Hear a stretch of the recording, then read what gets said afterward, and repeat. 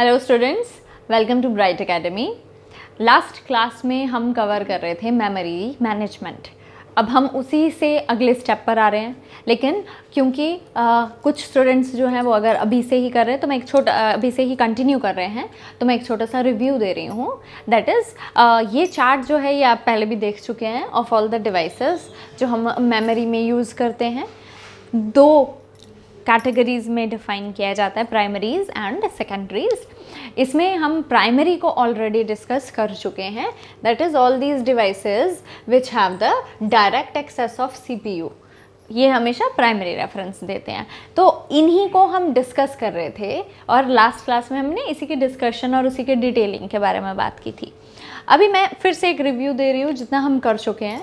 That is हमारे पास 4 memories होती हैं which are primaries. The first memory, it is called as ROM, the read-only memory, and it is the first memory that is always helpful for the purpose of booting. यानी कि system को on करना है उसके process के लिए use किया जाता है। First memory Rome always having a non volatile nature, and ये नॉन वॉलेटाइल नेचर जो है ये इसके एक्सेस को, यानी हम जितना भी डाटा जो है हम यूज़ कर रहे हैं जो हम हमारे सिस्टम में ये कहीं डिटेल नॉन वॉलेटाइल, यानी कि all these devices which are permanent in nature. अगर ये परमानेंट है तो इनका कंटेंट तब तक इरेज नहीं होगा जब तक शट डाउन ना हो जाए, तब तक के लिए इनका डाटा सेव रहता है। तो उसे डिपेंडेंसी के साथ ये चीज़ डिफाइन कर रहे हैं। Read only memory, the memory which is volatile in nature, और non volatile in nature, and booting access करना ये इसका काम होता है। एंड जो मेन प्रोग्राम एक्सेस में आता है this is called as BIOS, basic input output system. First memory हमारे पास रही थी। अभी इसके बाद सेकेंड मेमोरी हमने की थी, that is RAM, random access memory.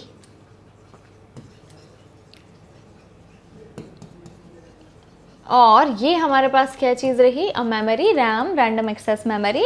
A second memory which is called as mainly the work space of computers, यानी जितने भी हम कंप्यूटर्स डिफाइन करते हैं उनकी मेन वर्क स्पेस जो है उसको डिफाइन करता है रैम। अब मैं एक डायग्रामेटिक रिप्रेजेंटेशन आपको बता रही हूँ स्टूडेंट्स। जैसे कि सिस्टम ऑन हुआ है, ऑन होने के बाद जब हम ऑपरेटिंग सिस्टम की बात करते हैं, व्हाट इज़ ऑपरेटिंग सिस्टम?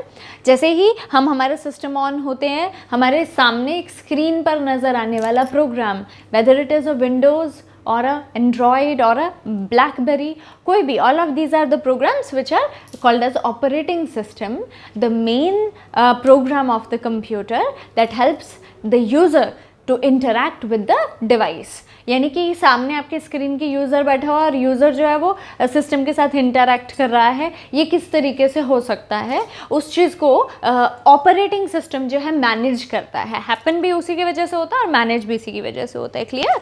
तो वो चीज़ को कौन सेव करता है? Random access memory. तो एक्चुअली में रैम जो है ये एक इंटरमीडिएट सेट करता है। किस चीज़ के लिए? सिस्टम को ऑन करने के बाद लेट्स से हम इनपुट्स दे रहे हैं, ये इनपुट्स प्रोसेस होंगी। तो अगर हम प्रोसेसिंग की बात करें तो ये प्रोसेसिंग कहाँ पर डन होती है? In the CPU.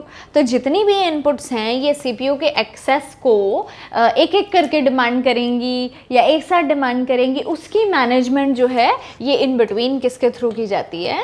Using the memory. This is called as random access memory. तो इनपुट्स जो रैम में जाती हैं, क्योंकि RAM is containing the operating system, and then इसके बाद सीपीयू में प्रोसेस होती हैं। और सीपीयू के अंदर भी अगर हम बात कर रहे हैं तो सीपीयू के अंदर जो प्रोसेसिंग है वो भी एक एक करके, यानी मैनेज करने के लिए थोड़ा सा इजी हो जाता है। एक एक करके मैनेज करना है या इसको एक ही साथ एक साथ काफ़ी सारी कैलकुलेशंस एक ही साथ परफॉर्म करनी है, उन सबको एक तरीके से मैनेज करने के लिए ये मेमोरी जो है this is helpful, random access memory. लेकिन एक और चीज़ रहती है स्टूडेंट्स, वो क्या हो गया? Because all the inputs are directly coming to random access memory. जितनी भी इनपुट्स आती हैं वो सारी की सारी सिर्फ रैम में ही एंटर हो रही हैं, और यही एक इंटरमीडिएट है सभी के लिए, है ना। तो how will RAM manage more than one input? अगर एक से ज़्यादा इनपुट आती है हमारे सिस्टम के अंदर तो वो एक से ज़्यादा इनपुट को कैसे मैनेज करता है? और इस मैनेजमेंट के लिए, क्योंकि कोई किस टाइम को डिमांड कर रहा है, कोई किस टाइम को डिमांड कर रहा है ना, तो रैम क्या करता है, to manage more than one inputs, the criteria that is used by the random access memory, it is called as a QUE, एक जनरल फॉर्मेट होता है. RAM formats the funda of this FIFO, FIFO. आप में से lot many of you have already listened about this. This is called as first in first out.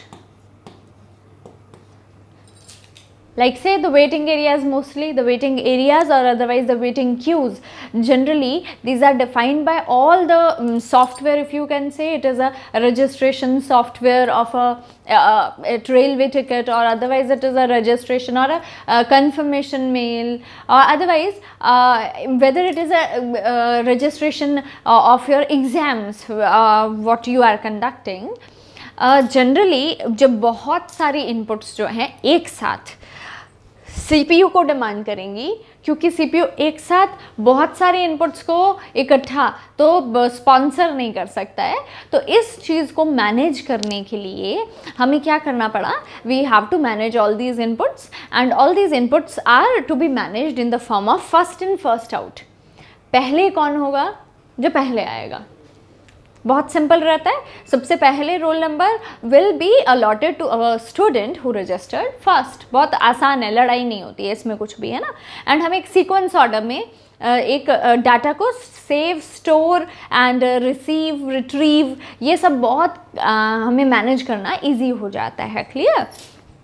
तो RAM has the general tendency to follow the FIFO arrangement. अब इस चीज़ को define करने के लिए मैं आपको एक और डायग्राम डिफ़ाइन करती हूँ.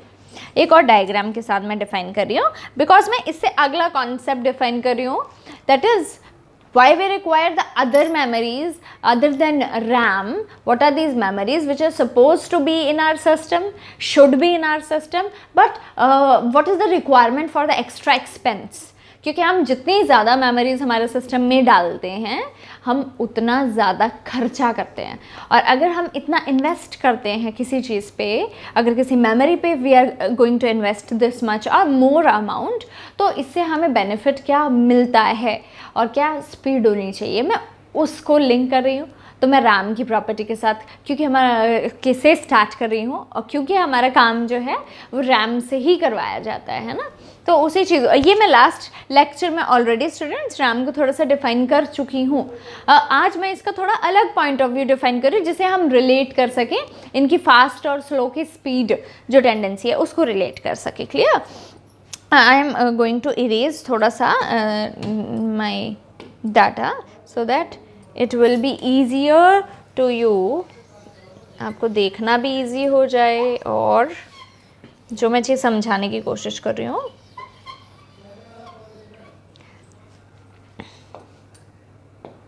ओके स्टूडेंट्स, क्या चीज़ रही, like let's say first in first out. मैं आपको एक ईजी सा फॉर्मेट डिफाइन कर रही हूँ. Like we are going to insert the input 1. And RAM, it is a lot of the biggest, very big space, having a lot of area जो कि ये divided होता है according to the memory of the file. जो भी आप file insert करने वाले हैं, किस टाइप, कितना एरिया वो यूज़ कर रही है सिस्टम में, इंसर्ट कितना एरिया के अकॉर्डिंगली चलेगा काम, वो चीज़ को हम डिफाइन कर देते हैं ये मेमोरी सेपरेशन के साथ. तो फर्स्ट इनपुट आई है, तो let's say first input will be placed on the first address. अभी यही चीज़ हो गई ना कि अभी जब ये इनपुट्स हैं, ये अगर सीपीयू को एक एक करके हम आगे प्रोसेस करने देंगे, तो हाउ विल सीपीयू रिकॉग्नाइज कौन से इनपुट की प्रोसेसिंग के बारे में बात कर रहे हैं, how will the memory recognise what is this input that is going to be processed, that is already in the processing phase, और otherwise that is already have been processed. तो ये चीज़ को अगर हमें एक तरीके से मैनेज करना, लिंक करना है और मैनेज करना है, तो उस चीज़ को ना हम एड्रेसेस के साथ डिफाइन करते हैं. तो every memory have some addresses जो कि आइडेंटिफिकेशन के लिए काम आता है, like we live in the houses and generally we have the houses and when we want to trace the place or the location we generally use the addresses. तो same यहाँ पर भी वही चीज़ रही, ये एड्रेसेस में डिफाइन होता है। तो पहली इनपुट है वो फर्स्ट एड्रेस पर आ जाती है। Let's say the second address is 102। तो अगली इनपुट जब भी आएगी, लेट्स से इसके 2 मिनट के बाद, फर्स्ट इनपुट के 2 मिनट के बाद ही अगली इनपुट जो है वो इंसर्ट करवा दी जाती है यूज़र से। तो this next input it will store in I2। ऐसे ही नेक्स्ट इनपुट आएगी तो वो ऑटोमेटिकली कहाँ स्टोर हो जाएगी, इन I3 एंड सो ऑन। यही फंडा जो है वो चलता रहेगा, इनपुट्स आती रहेंगी एंड देन एक एक करके प्रोसेस होती रहेंगी। अब इस केस में देखिए क्या हो गया कि RAM is the first memory जिसको मैनेज करना है, यानी काफ़ी सारी इनपुट्स हैं। अगर ये एक एक करके प्रोसेस कर रहा है तो इनको एक फॉर्मेट वो प्रोवाइड किया होना चाहिए था, वो हमने दे दिया, that is first in first out. लेकिन अब यहाँ पर हम बात करें इसके बाद इस फॉर्मेट के ड्रॉबैक का। वो क्या ड्रॉबैक है, अगर मैं इसी अरेंजमेंट के अकॉर्डिंगली आपसे पूछूं,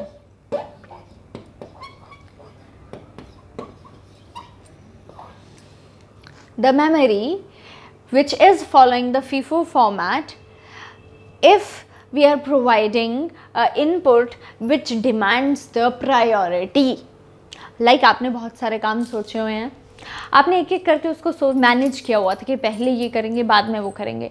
सडनली आपको एक कॉल आ जाता है घर से एंड दिस इज़ ऐसा work that should be a priority. तो आप क्या करेंगे, आपके कामों को एक साइड पर रखकर पहले वो काम करेंगे जो ज़रूरी रहता है। तो this is how we place the priority. यहाँ पर भी let's say there is an update, let's say there is a sudden restart, requirement of a sudden restart, or otherwise let's say there is a sudden इसका सबसे अच्छा example जो है वो updates के थ्रू हम काफ़ी बार देखते हैं।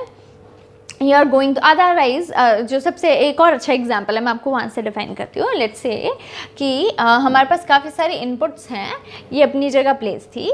Suddenly you have connected a pen drive and this pen drive contains virus. मान लेते हैं अपने जो पेन ड्राइव इंसर्ट की है it is the input number 13। तो according to FIFO, first in first out, क्या चीज़ चल रही है, इनपुट 1 के बाद 2 के बाद 3 के बाद 4 एंड देन उसके बाद ही 13th इनपुट को प्रोसेस किया जाना चाहिए। कायदे से तो ये चीज़ चलेगी। लेकिन अगर हम इसके बारे में देखते कि अगर हमने पेन ड्राइव कनेक्ट की and let's say there is a virus inside our pen drive, तो हम क्या करें, वेट करने को तो नहीं बोल सकते हैं और वायरस को हमें पहले रिमूव करना ये ज़रूरी है। लेकिन अगर हम देखें this is the input number 13, how can we place it in the first place, है ना, इसको सबसे पहले वाली प्लेस पर कैसे पास करें। तो वो चीज़ को यानी सबसे पहले एग्जीक्यूट करने के लिए कैसे दें, उस चीज़ को अब हमें डिफ़ाइन करना हो तो हम इस चीज़ को किस तरीके से, मैं क्लियर आउट कर रही हूँ स्टूडेंट्स एक बार सारा का सारा कंटेंट। एक्चुअली मैं इसकी जो डायग्राम है इसको एग्जैक्टली वैसा बना के बता रही हूँ। ये तो मैंने सीक्वेंस ऑर्डर आपको एड्रेसिंग के हिसाब से बताया, अब मैं आपको एग्जैक्टली बता रही हूँ ये किस तरीके से अरेंजमेंट होता है। तो थोड़ा सा गो थ्रू हो जाइए इससे, अदरवाइज ताकि मैं इसको हटा कर दोबारा से एक बार इस चीज़ को डिफ़ाइन कर सकूँ। आई एम डिफाइनिंग कि ये प्रायोरिटी को हम कैसे सॉल्व करते हैं अगर हम किसी मेमोरी के बारे में बात कर रहे थे। क्लियर? तो अभी देखिए, अब मैं आपको एग्जैक्टली डिफाइन करी, इनपुट्स आई हैं। अभी देखिए रैम में ना जो हमारा एड्रेस होता है वो किस तरीके से डिफाइन होता है, इनपुट्स आ रही है तो सबसे पहला जो एड्रेस होगा it will always on the side of the CPU, यानी कि द एड्रेस, अदरवाइज ये ऐसा कुछ स्ट्रक्चराइजेशन नहीं होता है, ऐसी कोई स्पेसिंग नहीं है कि ऐसा अलॉटमेंट रहती है, ऐसा कुछ नहीं होता है। ये सब एड्रेसेस के हिसाब से होता है, लेकिन हमें सिर्फ एक समझना है तो उसके लिए है। तो लेट्स से फर्स्ट इनपुट आई है और जो कि फर्स्ट इनपुट है ये अपने वेटिंग एरिया में रैम में यानी कि वेट करता है जब तक कि CPU इंस्ट्रक्ट ना कर दे पास करने के लिए। तो फर्स्ट इनपुट रही, ऐसे ही सेकेंड इनपुट क्या आ जाएगी, I2। I1 के बाद I2, ऐसे ही सेम जैसे हम I13 की बात कर रहे थे, सॉरी। तो I13 जो है, ये जो हमारे पास इनपुट है ना, ये इसी और CPU कैसे प्रोसेस करेगी, इस ऑर्डर में।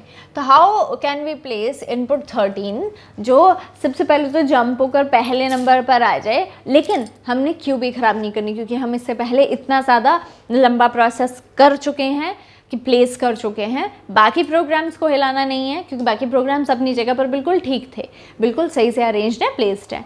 तो अभी हम ऐसा कैसा करें या क्या करें जिससे कि हम ये चीज़ को पहले जंप कर सकें। तो अब बिकॉज ऑफ दिस प्रायोरिटी, जो हमारी चीज़ सॉल्व नहीं हो रही थी ना, इस चीज़ को फिर आगे हमने डिफाइन किया विद व्हाट मेमोरी, यानी इस चीज़ को आगे हमने मतलब प्रोग्रेस किया विद व्हाट मेमोरी, कैश, यानी a new memory it is allotted in our system. क्या हो गया, अब मैं आपको ये चीज़ प्लेस करके बताती हूँ कि कैश की प्लेसमेंट कैसे। इनपुट्स आती हैं, सबसे पहले कहाँ पर डिफाइन होती थी, रैम में, यहाँ पर इसकी जगह थी। देन इसके बाद ना यहाँ से एक एक करके प्रोसेस होने के लिए CPU में जाता था कंटेंट। लेकिन जब डिफाइन हुआ कि ये प्रायोरिटी भी होनी चाहिए, तो रैम और CPU इन दोनों के इन बिटवीन एक मेमोरी को प्लेस किया गया, जिसे कहा गया कैश। अब यहाँ से 2-3 क्वेश्चंस हैं स्टूडेंट्स जो स्ट्रेट बनते हैं। क्या चीज़, what is this memory that is placed in between the RAM, otherwise in between the main memory and the processor, है ना। अभी प्रोसेसर तो हो गया CPU, ये तो सभी को पता है ना। एंड अगर हम बात कर रहे हैं मेन मेमोरी की, तो वो कौन हो जाता है, रैम। तो रैम और प्रोसेसर दोनों के इन बिटवीन कौन सी मेमोरी है जो प्लेस्ड होती है, तो this is called as a cache memory.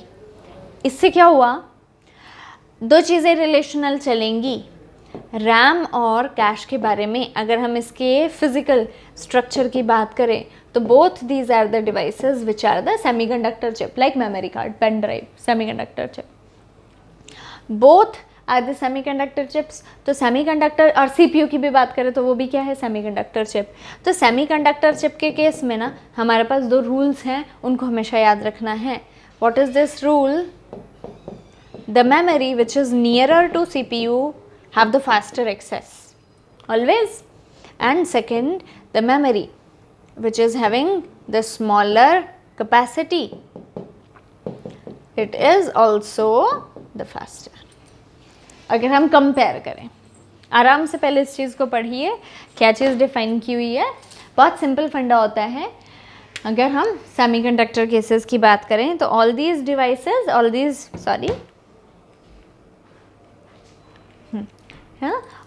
Which are the devices जो सेमीकंडक्टर फॉर्म में होती हैं, यानी कि चिप के फॉर्म में होती हैं।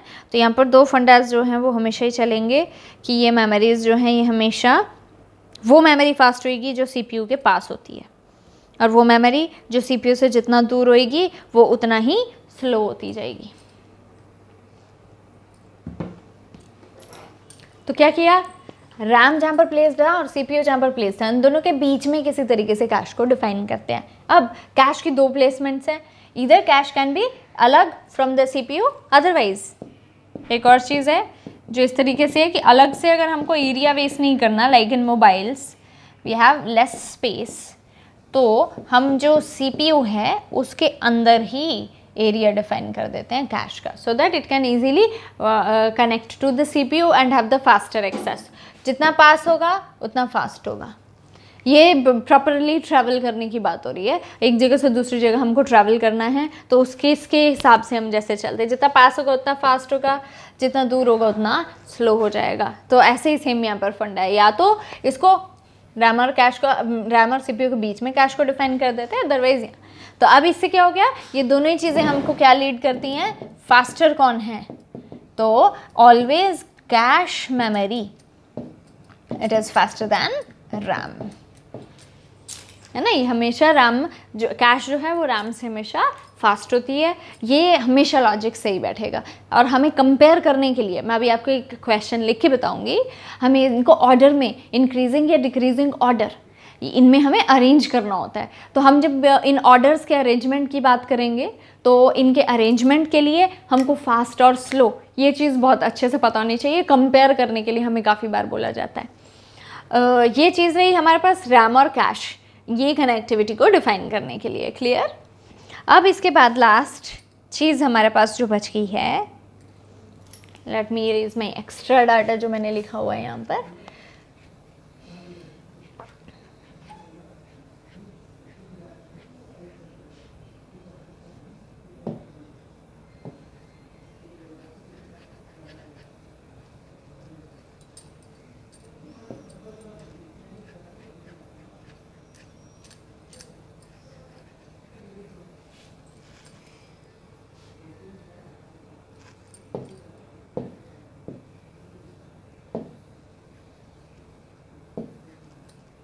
Okay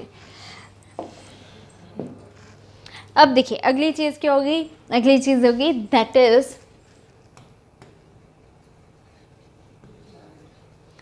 the language which is understandable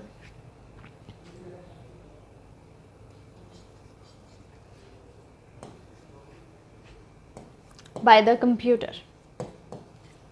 What is this? The language which is understandable by the computer. तो हमारे सबके दिमाग में आ गया होगा what is this language? This is binary. The language that is always understandable by the computer, otherwise CPU. अभी देखिए क्या हो गया, रैम से जो छूट रहा था या कुछ फास्ट करना था तो हमने क्या कर दिया, कैश में डिफाइन यानी कैश में डाल दिया। अब इसके बाद हम सीपीयू की अगर बात करें ना तो सीपीयू को कौन सी लैंग्वेज है जो समझ आती है, बाइनरी। अभी हमने यहाँ कुछ नहीं किया, यानी अगर हम बाइनरी में कन्वर्ट नहीं करेंगे तब तक प्रोसेसिंग नहीं होएगी। तो अब हमें जो डाटा है उसको कन्वर्ट करके कहीं प्लेस करना है। तो यहाँ पर हमारे पास एक लास्ट नाम मैंने आपको करवाया था, यहाँ पर हमारे पास एक और नाम आ जाता है, कौन सी वाली डिवाइस है, रजिस्टर्स। क्या चीज़, रजिस्टर्स। इसको अगर हमें डिफाइन करना हो तो क्या होता है,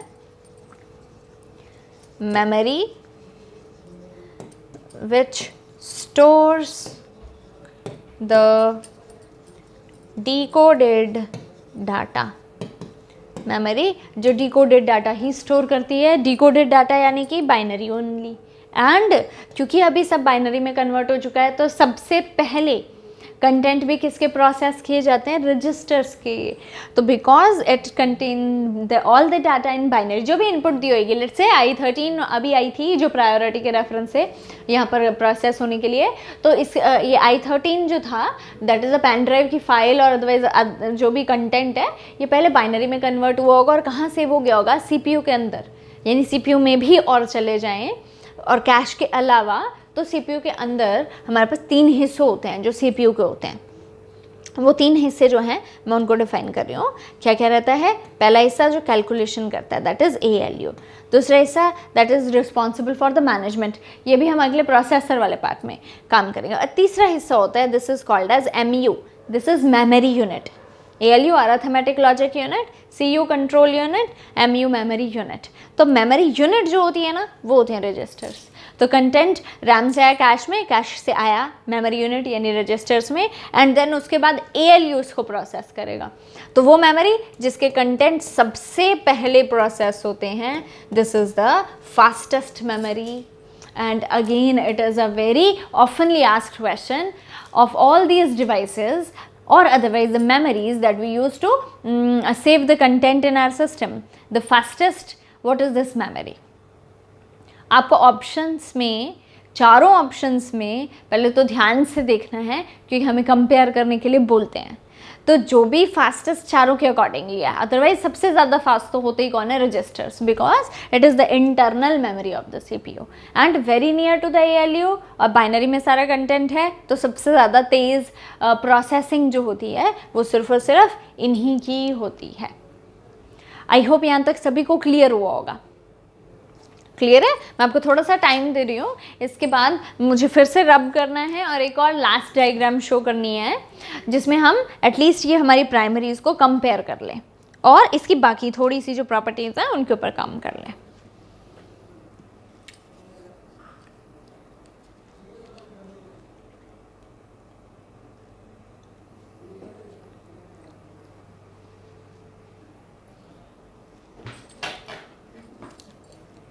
ओके। अब students, I am going to give you the last detail, explained detail of diagrammatic representation of the memories. सबसे पहले हम कहाँ से शुरू करेंगे, फिर से इनपुट्स दिया। सबसे पहले कौन सी वाली मेमोरी आई, रैम। रैम के बाद अगली मेमोरी जो हमारे पास बीच में स्पॉन्सर होने आ जाती है, दैट इज़ कैश। और कैश के बाद अगर हम बोलते हैं तो फिर हमारे पास ये कौन सी डिवाइस आ जाती है, these are registers. And register से सीधा कंटेंट कहाँ चला जाता है, ALU में। And this is the whole area which is defined as a CPU। Clear हो गया। इसमें भी देखिए सब चीज़ समझ आ रही है, क्योंकि all of these are the semiconductor devices. तो जो जितना पास होगा, आप देखो रजिस्टर जो है it is the internal part of the CPU। Cash can be internal, can not be, लेकिन वो क्या होगा, इसके रेफरेंस से तो बाहर ही होती है। तो ALU का सबसे पास कौन है, रजिस्टर्स। तो सबसे पहला नंबर हम इनको देंगे, क्यों, क्योंकि ये सबसे ज़्यादा फास्ट काम करती है। और एक और फास्ट होने का रीज़न क्या है, जो भी स्टोर होगा वो बाइनरी में होता है। क्लियर। उसके बाद दूसरे नंबर पर कौन आ जाता है, cache. With respect to register ये कंपैरेटिवली स्लो हो जाते हैं, क्योंकि थोड़ा सा दूर हो गया एंड कनेक्टिविटी थोड़ी सी लंबी चलेगी, और अभी बाइनरी में कन्वर्ट भी नहीं हुआ है। एंड सबसे ज़्यादा दूर कौन हो जाता है, अब रैम। तो it is slower then the cache memory. तो यानी कि सबसे ज़्यादा फास्ट, देन स्लो, ये डिक्रीजिंग ऑर्डर इनका चलता है। ठीक है। रोम इनके कंपैरिजन में नहीं आता, रीड ओनली मेमोरी, क्योंकि वो पहले काम कर चुकी है, वो बूटिंग का काम कर चुकी है। तो जो बूटिंग का काम हो गया है उसके अलावा तो वो कहीं पे भी किसी भी चीज़ में पार्टिसिपेट नहीं करेगी डायरेक्टली। जब बूटिंग का काम ही ख़त्म हो गया तो फिर कैसे वो पार्टिसिपेट करे, है ना। तो उसको कंपेयर कर यहाँ पे हम नहीं कर सकते हैं। तो ये 3 मेमोरीज जो हैं ये हमारी वर्किंग मेमोरीज होती हैं। क्लियर। अब तीनों की एक और प्रॉपर्टी क्या है, क्योंकि ये तीनों जो करंट एप्लीकेशंस होती हैं, जो करंट वर्कलोड होता है उसको डिफाइन करती हैं। तो ये तीनों चीज़ों को ही हमने कैसा डिफाइन किया, all of the 3 these devices these are volatile in nature, यानी आफ्टर शटडाउन इन सब का कंटेंट क्या हो जाएगा, इरेज हो जाएगा। तो वॉलेटाइल यानी कि टेम्परेरी, है ना, the content will be save up to shutdown. तो फिर यहाँ आ गई दिक्कत, क्योंकि अभी तक तो हमने प्राइमरी मेमोरीज पढ़ी, और प्राइमरी मेमोरीज का मेन काम क्या होता है कि वर्किंग मेमोरीज होती हैं, जो अपने टाइम से काम करती हैं, टाइम के हिसाब से चलती रहती हैं। अब लेकिन इनके टेम्परेरी नेचर ने गड़बड़ कर दी, तो ये टेम्परेरी नेचर को सपोर्ट करने के लिए हमको हेल्प लेनी पड़ती है, और ये हेल्प जो होती है ये हम किन से लेते हैं, from the secondary storage devices. क्या होती हैं सेकेंडरी स्टोरेज डिवाइसेस, जो बैकअप यानी कि सपोर्ट यानी कि बैकअप का काम करती हैं। और कैसे बैकअप करेंगी, वॉलेटाइल है तो सबसे पहला बैकअप जो होता है वो होता है in the form of non volatile, क्योंकि अगर ऐसा है कि आपको कुछ सेव करके रखना है तो वो हम कहाँ पे कर रख सकते हैं, सेकेंडरी में। दूसरा कैसे हेल्प करती है, सपोर्ट करती है, बाय प्रोवाइडिंग स्पेस। कौन सी वाली स्पेस, एक्स्ट्रा, जो कि हमें इसके अलावा मिल जाएगी। और क्या चीज़ आ जाएगी मेमोरीज में, एक ये चीज़ भी चलती है जो मैंने आपको कैपेसिटी का रेफरेंस दिया था। तो मेमोरी जो जितनी ज़्यादा बड़ी होगी, यानी कि जिसको हम जितना ज़्यादा लोडेड रखते हैं, ज़्यादा के ज़्यादा मेमोरी को भर के रखा होगा सेव करने के लिए, तो वो मेमोरी उतनी स्लो हो जाती है। तो अगर हम रजिस्टर्स है ना, अगर इसकी कैपेसिटी को देखते हैं तो रजिस्टर्स दीज आर फास्टेस्ट, और इनकी कैपेसिटीज़ कितनी होती हैं, बिट्स में, only bits, 4 bits, 8 bits, otherwise at max 16 bits. क्यों, बाइनरी में सब रखा है, ALU ने फटाफट कैलकुलेट करना होता है। कैश मेमोरी देखिए इससे बाहर आ जाती है, मेमोरी ये थोड़ी सी स्लो है, एक तो दूर भी है, और क्यों स्लो है, क्योंकि ये बहुत ज़्यादा कंटेंट स्टोर करती है। अदरवाइज ये रजिस्टर्स के कंपैरेटिवली बहुत ज़्यादा कंटेंट स्टोर करती है। तो कैपेसिटी कितनी होती है, कैपेसिटी अगर आप अराउंड अबाउट इसकी माने तो MBs में रहती है, अप टू 16 MBs तक। अप टू 16 MBs अगर इसके रेंज में हम लेकर चलते हैं तो जनरली इतना, अदरवाइज KBs के फॉर्म में भी डिफाइन कर सकते हैं। अब इसके और पीछे आ जाते हैं, रैम की बात हो रही है। RAM, it is the memory that have to store the operating system also, and operating system is a very big program. Except that या अपार्ट ऑफ दैट, जितनी भी हम ऐप्स रन करेंगे टाइम टू टाइम, अगर आपको Insta चलाना है, अगर आपको कोई और ऐप गेम यूज़ करनी है तो हमको उसे भी लोड करना होता है। तो फिर ये जो होती है सबसे ज़्यादा स्पेस होल्ड करती है, और इसकी स्पेस वो जनरली कितनी होती है, in the form of the GBs, gigabytes. 1 to 16 की एवरेज रेंज है। अदरवाइज हम अदरवाइज जैसा हम कह सकते हैं कि उसको अलग से, अगर आपने अलग से डिफाइन करना है, एक्सटेंड करना है, तो वो अल्टरेशन जो है वो हो जाती हैं। तो 1 to 16 GBs के फॉर्म में रैम डिफाइन होती है, कैश होती है in the form of MBs, and registers these are always in the form of the bits. छोटा मोटा बिट्स है, उसी के रेफरेंस में यूज़ किया जाएगा। और सेकेंडरीज जो हैं, क्योंकि अगर इतनी स्पेस भी कम पड़े तो इससे भी ज़्यादा, तो फिर ये जो एक्स्ट्रा स्पेस है, जिससे भी हमें एक्स्ट्रा स्पेस चाहिए होगी, तो फिर हम उससे क्या डिफाइन करते हैं कि भाई हमको एक्स्ट्रा स्पेस कितनी देना, रैम से ज़्यादा देना, ताकि हम कम से कम उतना कंटेंट, रैम जितना चला रहे उतना तो सही, लेकिन 4 साल 10 साल तक हम यही काम करते रहेंगे, तब तक के लिए हमारे पास काफ़ी स्पेस हो जिसमें हम कंटेंट को एक एक करके सेव कर सकें। क्लियर है? आई होप स्टूडेंट्स ये चीज़ को मैंने और अच्छे से क्लैरिफाई किया है। मैं बार बार फिर से कह रही हूँ कि ये चीज़ मैं लास्ट क्लास में भी करवाई थी, लेकिन एक अलग पर्सपेक्टिव के साथ। इस टाइम पर क्योंकि हमें कंपेयर करना है, तो कंपैरिजन को समझाने के लिए मैंने आपको दोबारा से ये चीज़ को रिपीट करवाया है। ये कंपैरिजन वाला जो क्वेश्चन है ये आप बार बार देखेंगे, काफ़ी नए एग्जाम्स में कंपैरिजन का क्वेश्चन और मेमोरीज़ का एक क्वेश्चन बन रहा है, तो इसे बहुत अच्छे से गो थ्रू कीजिए अप टू हेयर। और नेक्स्ट क्लास में हम अगला सेशन जो स्टार्ट करेंगे वो हमारा होगा सेकेंडरी स्टोरेज डिवाइसेस का, कैसे बैकअप मिलती है, क्या क्या फॉर्मेट्स यूज़ करने पड़ते हैं, ये डिवाइसेस है तो उनकी एक्सप्लेनेशन क्या क्या है। तब तक के लिए कंटिन्यूसली देखते रहिए, आपके फीडबैक्स जो हैं वो हमें प्रोवाइड करते रहिए कमेंट्स के थ्रू। एंड काफ़ी सारे स्टूडेंट्स जो नोट्स हैं उनके बारे में पूछ रहे हैं, तो आपको टेंशन लेने की ज़रूरत नहीं है, आपके ग्रुप में आपको किसी भी तरीके से नोटिफाई कर दिया जाएगा। तो अगर आपको नोट्स चाहिए होंगे वो PDFs के फॉर्म में अवेलेबल होंगे, टाइम टू टाइम आपको ये दे दिए जाएंगे। हो सकता है जब तक पूरा सिलेबस ना हो तब तक वेट करवा रहे हो, तो जब पूरा सिलेबस कंप्लीट हो जाएगा उसके बाद मिल जाएंगे, अदरवाइज इन बिटवीन भी। Okay, thank you.